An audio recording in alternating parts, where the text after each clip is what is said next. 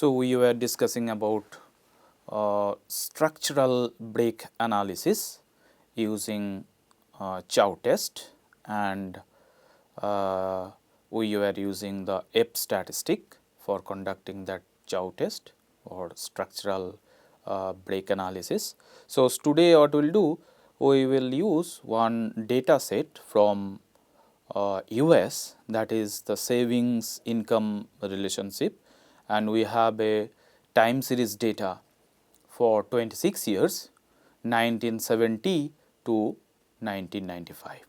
Okay, 26 years data we have on savings and income. So, what we will do, we will first try to recap the F-statistic that we were conducting, that we are discussing yesterday. So, our model is, let me write my model: savings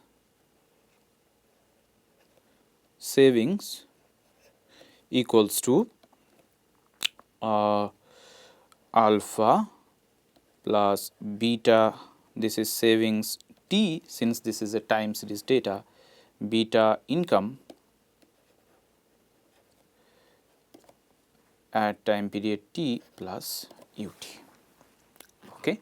This is our relationship, savings income relationship in the context of US, and we have data on savings and income,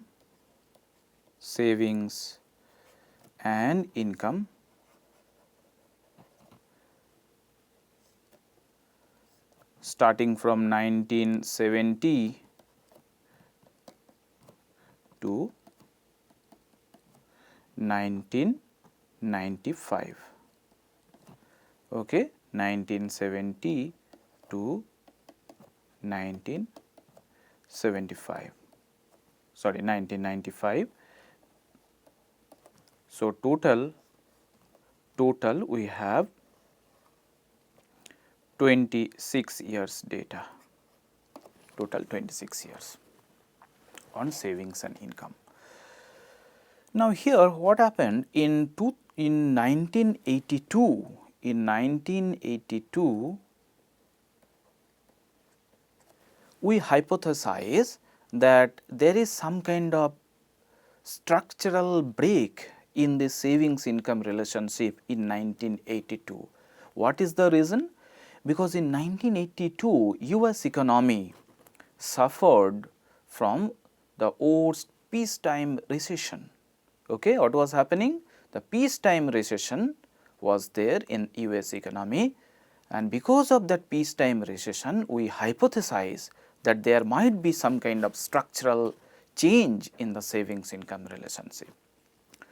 So, what we will do then? We will specify two different type of savings income relationship, one for the period 1970 to 1981 and another from 1980 to 1995. Okay. So, these are the two subsamples we have created. So, we will, as we have discussed, we have three regressions, actually three models, two unrestricted models and one restricted one. What are those unrestricted model? Unrestricted models are like this: yt equals to, let us say, alpha 0 plus alpha 1 xt plus u1t, let us say. This is for the period 1970 to 1981. Okay. Y denotes savings and x denotes income.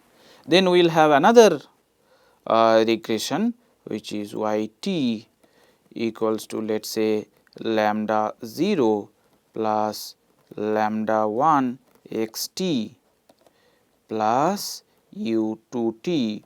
This is, let us say, for the period 1982 to 1995. And the initial equation was, this is the restricted equation, and what is the assumption what we are making when we are running the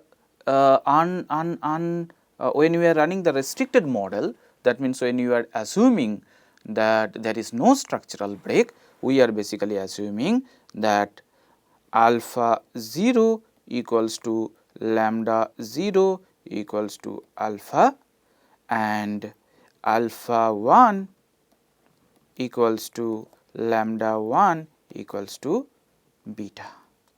Okay. This is the restriction that we are imposing. And what is the F-statistic that we have constructed? The F-statistic that we have constructed was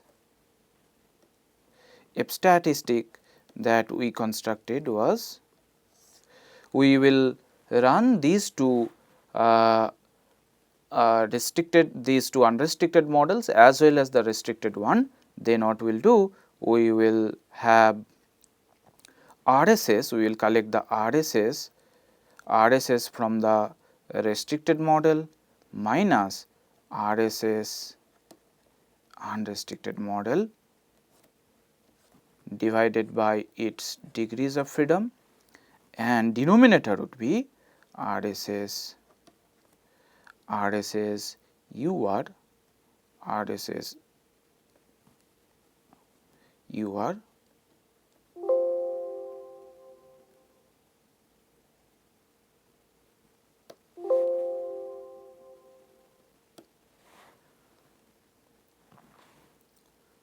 So, F statistic was, sorry, once again I will write, this is RSS restricted minus RSS unrestricted divided by its degrees of freedom, and what would be the denominator? Denominator is actually RSS unrestricted divided by its degrees of freedom. And what is the degrees of freedom for the numerator? See, the numerator has RSS restricted minus RSS unrestricted, and RSS restricted, the restricted RSS formulation had the degrees of freedom like this. So, when I am writing RSS restricted, it is basically, that means for the entire model I am running single regression, and that is n minus, that is basically n minus k. Okay. Now, the question is how will you get the degrees of freedom for the unrestricted model? So, unrestricted model means we have two models here, and both of them in both the models the RSS will have. So, this is basically, let us say for this period this is RSS 1 and this is RSS 2. Okay. So, this is actually RSS 1 plus RSS 2, and RSS 1 has degrees of freedom n 1 minus k, and this is plus n 2 minus k. So, that means n 1 plus n 2 minus 2 k. Okay. Now, if you calculate this RSS R minus RSS UR, so RSS R minus RSS UR would become n minus k minus n plus 2 k minus 2 k. So, it will become k.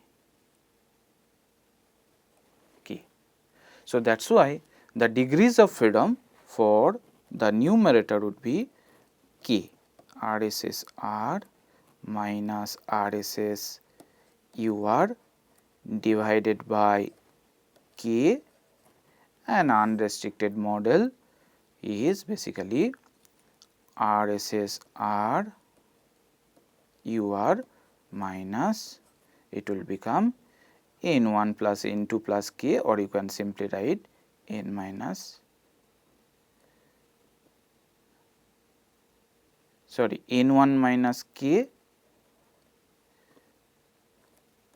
plus n2 minus k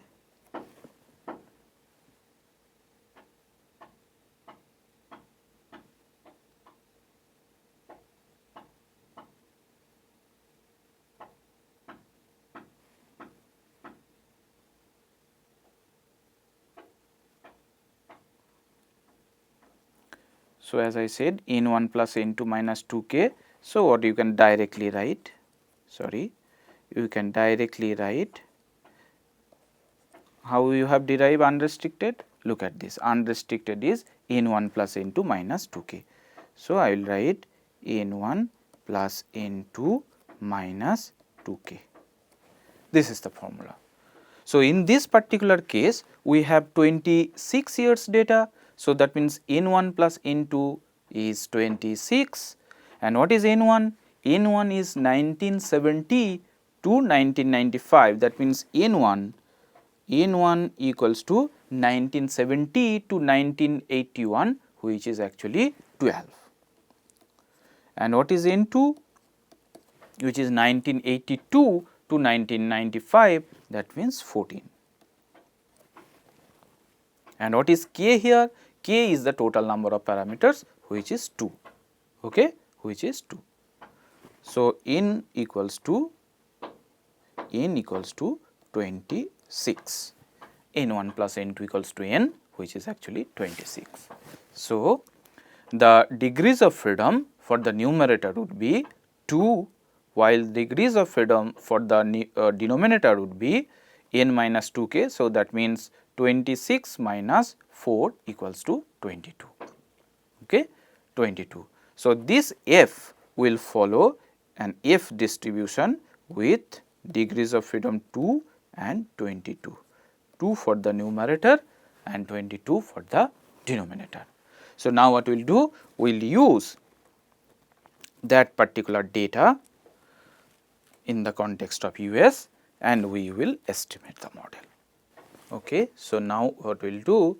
We will use the data from the US context, and I will first show you what is the data, how does the data look like. If you click here, then you can see the data. See, this is the data from 1970 to 1982, okay. 1970 to 1995 we have savings income relationship.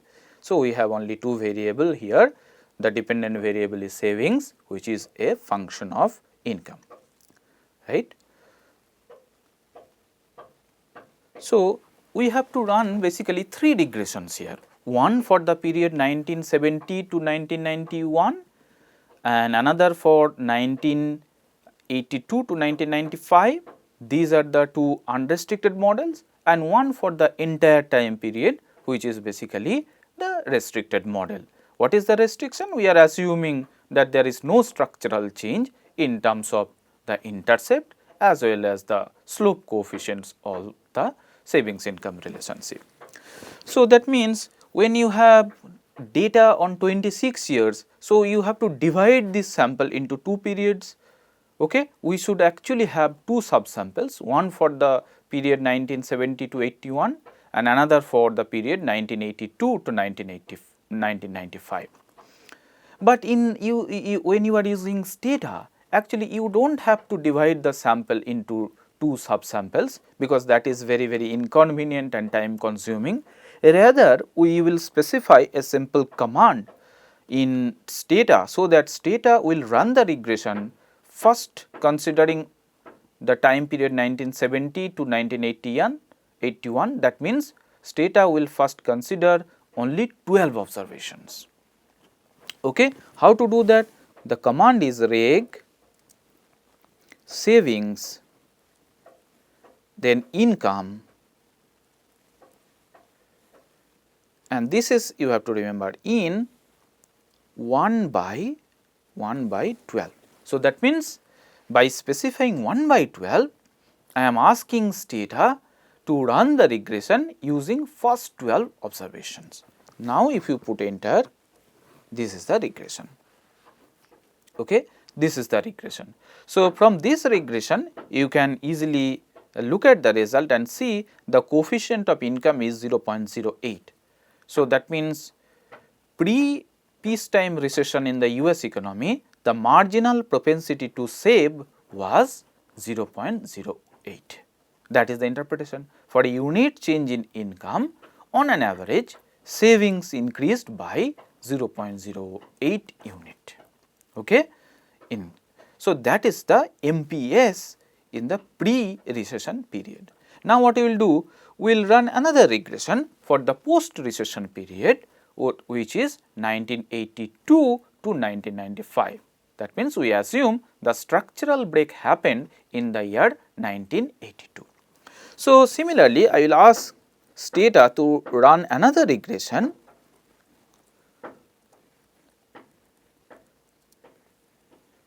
taking the observation from 13 to 26.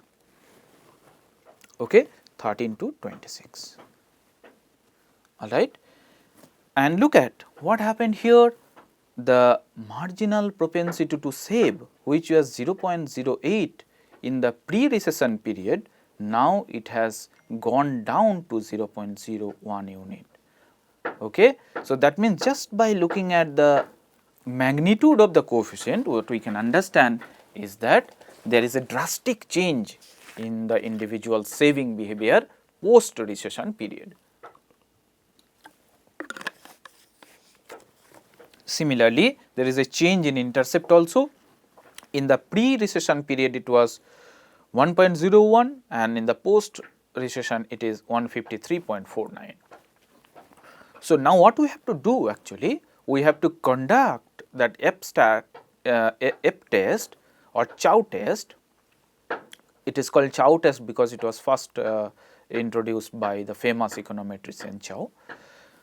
We have to conduct the test to verify whether the numerical difference between 0.08 and 0.01 is statistically significant or not, right. So, what we have to do? We have to take these two values, that means RSS from the two models and RSS from the combined model, and then divide them, the numerator and the denominator, by their respective degrees of freedom to arrive at the F-statistic. Okay? F-statistic. So,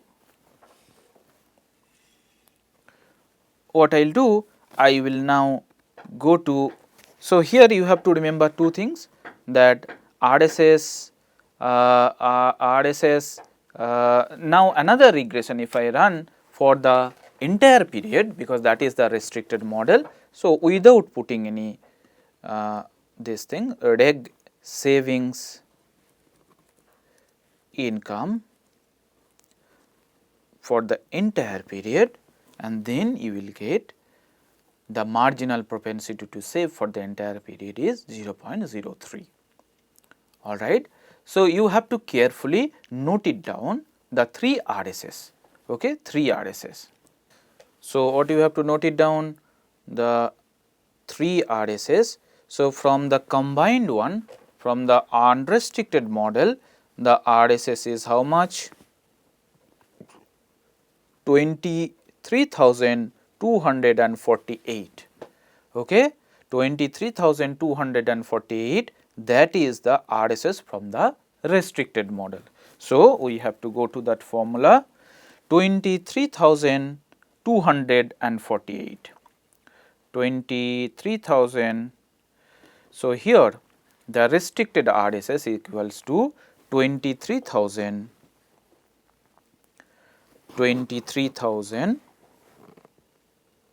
So, I will use this one, 23,248 minus RSS UR. So, RSS UR is basically RSS 1 plus RSS 2. So, if you go there, so RSS 1 is basically What is the RSS1? RSS1 is basically your this one. RSS1 is you go to your model, look at here, this is 1785 and here it is 10,005, okay, 10,005. So, 10,005 plus 1785, so it will come around 11,790, 11,790 roughly, 11,790, 11,790 point something it will come. So, what is the point? Point if you take, if you are interested in point also, then it will become 0.03 plus here it is 0.22. So, it will come around 0.25. So, 0.25 you can get. So, 0.25 and this you have to divide by k, where k is 2. And what is the denominator, numerator? Numerator is again RSS UR, okay, RSS UR, which is again your 11,790, sorry, 11,790.25, okay, divided by 22. Okay, divided by 22, and if you calculate this, then that would become some 10 point something will come, 10 point some value will come, 4, 5 or something will come. You have to calculate this using this, and this I would say that F calculated, F calculated. Okay.